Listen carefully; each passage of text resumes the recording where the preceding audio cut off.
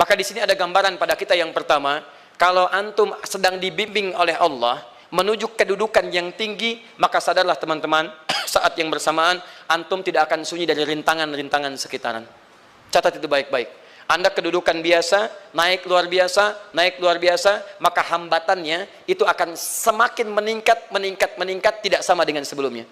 Anda orang kecil, diuji dengan ujian kecil. Anda orang menengah, diuji dengan ujian menengah. Anda kedudukan yang tinggi, maka akan diuji dengan kedudukan yang lebih tinggi lagi. Maaf, Allah tidak akan menguji dedaunan dengan angin yang menerpa akar. Pasti berbeda. Karena angin ketika kedudukan semakin tinggi, maka angin semakin kencang akan menerjangnya. Yuk kita turunkan, jenis ujiannya bisa 3. Bismillah. Tenang aja mas, ya. Antum lihat aja, tulis ya, biar saya ngapus, insya Allah. Perhatikan baik-baik, sini. Kedudukan bersanding dengan ujian. Kalau rumus fisikanya, F berbanding lurus dengan P. Gaya berbanding lurus dengan tekanan. Jadi kalau antum misalnya, rumus asalnya F1 sama dengan F2, gaya gerak sama dengan gaya dorong. Kalau dikembangkan ke sini, tenaga kecil begini, maka yang bunyi kecil. Kalau besar, semakin besar lagi. Nah, memahami rumus ini, F sama dengan P. F berbanding lurus dengan tekanan. Ada gaya tekanan juga yang cukup kuat. Ketika antum pukul kencang, suara kencang. Tapi ini lebih sakit kan? Tekanannya lebih kuat. Itu agak berbeda. Itu dalam persepsi positif. Dalam persepsi negatif juga bisa. Gaya berbanding lurus dengan tekanan. Semakin orang banyak gaya, semakin tertekan hidupnya. Ya? Tanya. Sekarang lihat sini. Rumus ini kalau kita turunkan lewat ayat, am hasibtum an tadkhulul jannata. Apakah Anda akan duga begitu mudah masuk surga? Walamma yatikum matalul ladzina khalau min qablikum. Sementara Allah belum menguji Anda seperti orang dulu yang dijamin surga mendapati ujian. Apa jenis ujiannya? Ini manhaj hidup kita dan kita berhenti di sini. Maaf, saya mungkin hanya 5 ayat dulu untuk hari ini ya. Massathumul ba'sa. Ujian pertama disebut dengan ba'sun. Jamaknya ba'sa. Ba'sa. Ini masih ringan. Misal, jarang ke masjid, sekarang mulai ke masjid. Begitu antum ke masjid, Allah kasih ujian. Sesuai dengan kadar niat antum. Kasih hujan gerimis. Ke masjid gak? Itu ba'sun. Begitu antum ke masjid, orang Arab katakan, nazil matar. Turun hujan. La ba's, la ba'sa, la ba'sa. Gak ada masalah. La ba'sa, tidak ada masalah. Serap ke dalam bahasa Indonesia, lewat. Labas. Labas, lewat. Ringan. Berarti, kalau antum diuji dengan yang ringan, maka antum kadarnya masih ringan, akan dinaikkan kepada yang menengah. Akan yang menengah. Hati-hati betul. Kalau antum belum lulus yang di sini, maka antum akan terus sampai di sini, sampai lulus di sini. Sampai lulus. Antum mau berangkat ke masjid, gerimis bisa. Tiba-tiba nggak jadi di rumah. Istri antum mengatakan, Pak kok nggak ke masjid? Hujan mah, kan cuman gerimis. Takut teriak, Masya Allah. Padahal antum misalnya belum kuat untuk berangkat. Maka antum akan terus diuji di sini. Lihat rumusnya, Quran surah kedua ayat 286. La yukallifullahu nafsan illa, Allah tidak akan pernah menguji seorang hamba di luar kadar kemampuannya. Jadi kalau antum masih ujian yang ringan, antum diberikan yang ringan.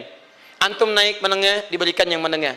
Antum naik lagi level tinggi, diberikan ujian yang berat. Menengahnya disebut dengan darrun. Waddarra, dari ba'sun jadi darrun. Jama'nya darra. Sudah menyakiti fisik. Kena fisik, sudah melukai, hujannya makin deras. Ya, kalau dalam kehidupan yang ini mungkin celaan biasa. Duh, sudah berubah ya, Masya Allah. Sekarang jilbabnya sudah panjang, Masya Allah. Duh, semakin panjang ya, nyaingin Batman ya, Masya Allah, udah banyak. Begitu sudah mulai pakai cadar, ninja, oh Masya Allah. Dorna, sudah nggak enak ke fisik. Dornun. Lihat rumusnya ya, lihat rumusnya baik-baik. Ini lebih menenangkan pada jiwa. Ketika Anda dalam level-level seperti ini artinya Allah sedang menaikkan iman Anda dalam level yang lebih tinggi lagi. Jadi ketika ada celaan menghunjam dalam lisan seseorang, sudah mulai menyakiti, itu sebetulnya pengakuan dari Allah lewat lisan orang itu, bahwa Anda sedang diangkat keimanan pada tingkat yang lebih tinggi. Ada yang mengatakan, kamu kenapa sih pakai jilbab begitu? Yang biasa aja kali. Mah, yang iman biasa sudah banyak. Saya ingin menampilkan keimanan yang luar biasa. Supaya dengan iman itu saya lebih mendoakan mama. Saya menampakkan amalan-amalan. Mudah-mudahan pahalanya bisa buat mama. Masuk dengan bahasa yang baik. Masya Allah. Jadi kalau antum bisa melawan hal-hal demikian dengan bahasa yang indah, itu nyaman kepada jiwa. Kadang-kadang ada kalimat-kalimat yang tidak perlu pakai dalil, teman-teman sekalian. Kembalikan ke sini. Terakhir, wazulzilu zilzal. Zulzilu zilzal. Gempa, goyang. Dia ada ujian yang bisa menggoyangkan diri kita, membuat gempa hati kita. Antum sudah nggak kuat, kadang-kadang jalan sempoyongan, padahal nggak ada gempa di luar, cuman hati kita kayak kena goncangan. Diserang sana, serang sini, nggak bisa tidur, nggak bisa makan, tawarin ini susah, itu susah. Wazulzilu. Bahkan hatta yaqula Rasulullah walladzina amanu ma'ahu mata nasrullah. Sampai-sampai Rasul SAW, bahkan orang-orang beriman, bahkan yang setelahnya bisa mengatakan, kapan ini berakhir?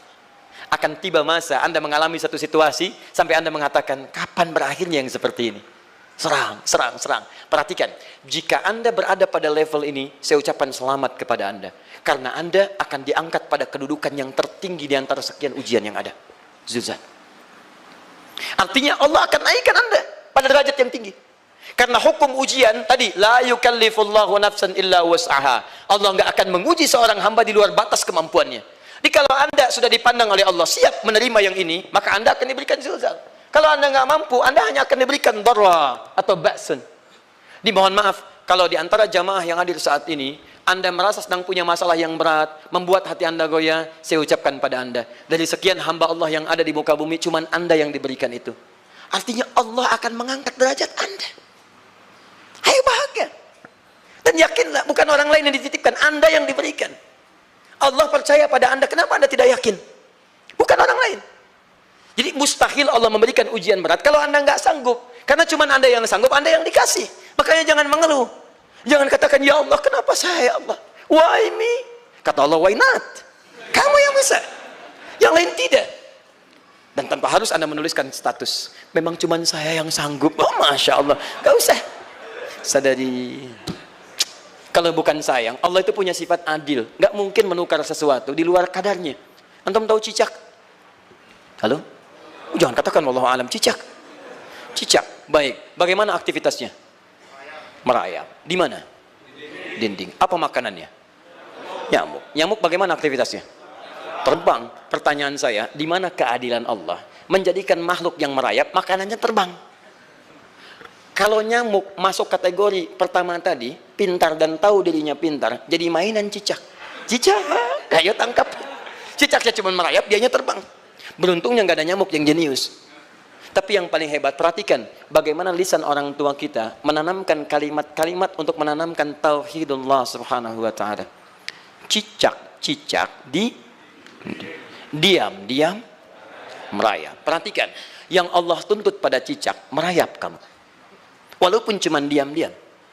Lihat baik-baik, diam-diam merayap. Datang seekor, Masya Allah, ketika dia merayap, nyamuk datang. Lihat, bukan cicak mendatangi nyamuk, tapi nyamuk mendatangi cicak. Kalau cicak tidak merayap, mustahil nyamuknya datang. Allah hanya tunjukkan, kamu merayap ya, nyamuk datang. Sekalipun dia merayap, cuman diam-diam, nyamuknya datang. Jadi hukum Allah itu kalau dipatuhi, nikmat kehidupan. Cicak gak merayap, nyamuk gak datang. Cicak merayap, nyamuk datang. Datang seekor nyamuk. Setelah itu, silahkan.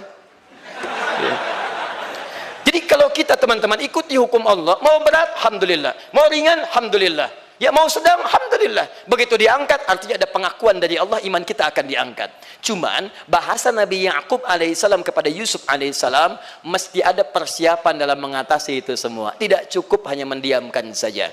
Maka kata Nabi Ya'qub, jangan kisahkan dulu. Bikin dulu pemetaan-pemetaan untuk mudah mengatasi itu semua. Ini poinnya. Anda harus punya rencana. Maka Nabi Ya'qub menyiapkan, bekali dulu ini, siapkan itu. Kalau ambil ke aspek teori untuk kita sekarang, tafsir dari ini untuk menyelesaikan solusi di Quran surah kedua ayat 214 tadi, maka jawabannya ada di Quran surah ketiga ayat 142, paling kiri sebelah atas. Ini kanan sebelah bawah, ini kiri sebelah atas. Dan awal ayatnya dibuka dengan kalimat yang sama. Perhatikan, Al-Baqarah ayat 214 kalimatnya menggunakan am hasibtum an tadkhulul jannah. Ali Imran 142 am hasibtum an tadkhulul jannah. Yang Al-Baqarah itu ujiannya, walamma ya'tikum mathalul ladzina khalau min qablikum masathumul ba'sa wad-dharra waz-zulzilu. Yang Ali Imran itu solusinya. Am hasibtum an tadkhulul jannata walamma ya'lamillahu alladhina jahadu minkum wa ya'lamas sabirin. Saya tutup sampai sini dulu. Teman-teman perhatikan, walamma, sedangkan Allah ya'lamillahu alladhina jahadu minkum, belum melihat kesungguhan Anda untuk mengatasi berbagai persoalan kehidupan itu. Kalimat jahadu, akar katanya dari kata al-juhdu. Serius, sungguh-sungguh. Jadi kalau persoalan Anda ingin segera selesai, Anda mesti serius. Hei yang sedang kuliah, kalau mau cepat selesai kuliahnya, serius belajarnya. Pahami dengan baik. Kalau Anda nggak pernah serius, bagaimana bisa menyelesaikan pelajaran dengan baik? Hei yang sedang berumah tangga, kalau ingin baik rumah tangganya, serius dalam berumah tangga. Keluarkan hukum-hukum Allah, terapkan dalam kehidupan rumah tangga. Anda akan mendapatkan manfaatnya. Hei yang sedang berbisnis, serius dengan pekerjaan. Karena hanya orang serius yang bisa menghasilkan kekayaan-kekayaan yang terbaik. Serius dalam ibadah, karena ibadah melahirkan keberkahan dengan kekayaan yang Anda dapatkan dari titipan Allah Subhanahu wa taala. Ayo serius. Al-juhdu dibagi 3 bagian. 1, serius dalam merencanakan, disebut ijtihad namanya. Bikin rencana. Misal, maaf, tadi dalam keluarga, kalau diambil kedudukan Yusuf alaihissalam, antum tempatkan itu pada porsi pertama sebagai target. Misal, Yusuf diberikan kedudukan oleh Allah. Bagaimana anak saya punya kedudukan walaupun tidak sama dengan Yusuf alaihissalam? Cari, rencanakan, buat pemetaan. Di masa depan anak saya mesti punya kedudukan. Apa? Kalau dalam kedokteran, kedudukan dokter yang terbaik. Kalau dalam bisnis, pengusaha yang terbaik. Misal, kalau dalam pemerintahan, jangan tanggung-tanggung, jadi presiden, jadi itu. Anda turunkan kemudian pendidikannya dari situ. Ijtihad direncanakan. Masuknya lewat sini, lewat sini, lewat sini, lewat sini. Seperti kemudian, maaf, Hannah dengan Imran, rahimahumullah, merencanakan hasil yang terbaik untuk Maryam, bahkan sejak dalam kandungan. Quran surah ketiga Ali Imran dari ayat 35 sampai 37, paling kiri pertengahan sampai bawah. Idz qalat imra'atu Imran rabbi inni nazartu, bahkan nazar. Nazartu ma fi batni muharrara, saya bernazar anak saya yang lahir ini akan punya kedudukan dekat dengan Allah Subhanahu wa taala. Di sejak bayi direncanakan. Mau jadi apa? Setelah itu apa? Jihad. Jihad itu kesungguhan dalam mempraktekkan, mengaktualisasikan konsep yang sudah dibuat. Jangan sampai cuma berdoa, tapi doanya tidak disandingkan dengan ikhtiar, nggak nyambung. Makanya ketika lahir, ada jihad, jihad dengan doa. Falamma wada'at saqalat rabbi inni wada'tuha untha, ayat 36-nya. Wallahu a'lamu bima wada'at wa laysa dzakaru kal untha. Lihat, wa inni sammaituha Maryam wa inni u'idzuha bika wa dzurriyyataha minasyaitonir rajim. Doa. Setelah berdoa apa? Teruskan. Bagian akhirnya ayat 37-nya. Maaf teman-teman, tidak cukup dengan doa. Karena Maryam masih dekat dengan Allah, punya kedudukan, dia mesti dirawat oleh orang yang paling saleh. Cari Nabi Zakaria, orang saleh, mesti merawat. Tempatnya mesti netral dari keburukan, bikin mihrab. Jadi tempat dibuatkan, orang saleh merawat, doa dipanjatkan, doa berbanding lurus dengan ikhtiar. Apa yang terjadi? Ayat 37-nya. Fataqabbalaha rabbuha biqabulin hasanin wa ambataha nabatan hasana. Maka Allah Subhanahu wa taala menerima usaha orang tua ini. Doanya diterima, ikhtiarnya diterima. Jadi kalau antum mengambil ayat tadi, diterapkan dalam kehidupan, rencanakan teman-teman sekalian. Anak mau sekolah di mana? Mau jadi apa? Turunkan ke bawahnya. Oh, dia mau jadi dokter, dokter yang hafal Quran, turunkan. Pendidikannya di sini, di sini, di sini, di sini sampai paling kecilnya. Siapa gurunya yang dekat dengan Allah? Sekolahnya yang menjauhkan dari hal-hal keburukan, sampai satpamnya soleh, securitynya soleh, koperasinya orang-orang soleh, gurunya orang-orang soleh. Hadirkan. Kalau ikhtiarnya sudah nyambung dengan doa, maka fataqabbalallah, qabbalallah. Taqabbalaha rabbuha, diterima Maryam, antum diterima. Di kadang-kadang yang nggak nyambung nih begini, doanya nggak nyambung dengan ikhtiar, itu masalahnya. Ya Allah mohon ya Rabb, jadikan anak saya rajin sholat, hafal Al-Quran, tapi ditempatkan di sekolah yang tidak pernah mengajarkan sholat, nggak nyambung. Ditempatkan di tempat yang tidak pernah mengajarkan Quran, tidak nyambung. Nggak ada kesamaan di situ. Maka Nabi Ya'qub alaihissalam memberikan gambaran kepada anaknya, nak, kamu akan punya kedudukan begini, hati-hati, setiap ada kedudukan akan ada rintangan, kamu harus punya rencana untuk merencanakan solusi-solusi terbaik untuk itu. Kemudian yang terakhir, ini yang paling hebat, mujahadah, perjuangan melawan emosi. Karena tidak sedikit tantangan itu, maaf, yang berat itu bukan menghadapi fisiknya, tapi menghadapi diri kita sendiri. Mau ke masjid, malas, itu yang susah dihadapi dibandingkan dengan hujan. Hujan ada payung, malas mau pakai apa? Maaf, menurun, semangat turun, malas datang, kecewa datang, pesimis datang, lawan, namanya mujahadah. Gabungkan ketiganya, isi dengan sabar. Wa ya'lamas sabirin. Manhaj itulah yang diberikan kepada Yusuf, sehingga Yusuf nanti mengalami tahapan-tahapan kehidupan sampai dengan beliau mencapai puncak tertinggi, disebut kemudian menjadi Al-Aziz, dan disitulah kemudian terbukti mimpinya. Setelah 40 tahun atau 80 tahun disebutkan dalam satu riwayat, maka terbuktilah mimpi ini punya kedudukan bapak ibunya beserta saudara-saudaranya sujud di hadapan Yusuf alaihissalam. Teman-teman, ini baru 5% dari pengajaran yang ada di surah Yusuf. Masih banyak hal yang lainnya. Bagaimana ketika mohon maaf bertemu dengan saudaranya. Saya kasih bocoran sedikit. 10 orang rapat di satu tempat untuk mencelakai Yusuf. Setelah mereka menyimpulkan bapaknya itu lebih perhatian kepada Yusuf. La Yusufu ahabbu ilaina. Yusuf itu lebih dicintai dibandingkan kita pada diri bapak kita. Bapak kita salah nih. Bapak kita salah. Masya Allah. Bapak kita sesat nih. Ya, inna abana la fi dhalalim mubin. Bapak kita sesat banget nih. Salah bapak nih. Ya harusnya kita yang dicintai, kita lebih kuat. Wa nahnu usbah, kita lebih hebat dibanding dia. Rapat teman-teman. Yang hebat begini, 10 orang rapat. Diajukan usulan untuk membunuh Yusuf. Saya mau tanya pada antum, kalau 10 orang rapat, 9 mengusulkan A, 1 mengusulkan B. Kira-kira yang diterima secara quorum 9 atau 1? 9. Ini bisa tertukar. Tertukar. Pembunuhan diusulkan, 9 orang condong. 1 orang mengusulkan, la taqtulu Yusuf, jangan bunuh Yusuf. Alqihi fi ghayabatil jubbi, yaltaqithu ba'du sayyarah. Cukup lemparkan dia ke tempat gelap.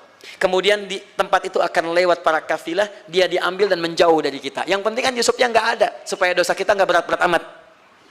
Yusufnya ambil, itu kan tujuan kita. Lihat baik-baik.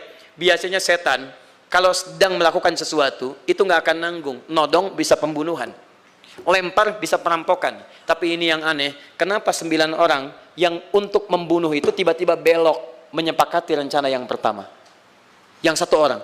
9 orang, 10 orang rapat, 9 punya A. Tiba-tiba yang 9 berpindah kepada yang B yang cuma 1 orang. Kenapa bisa terjadi? Ada rahasia di situ. Kapan rahasianya? Kapan-kapan kita bahas.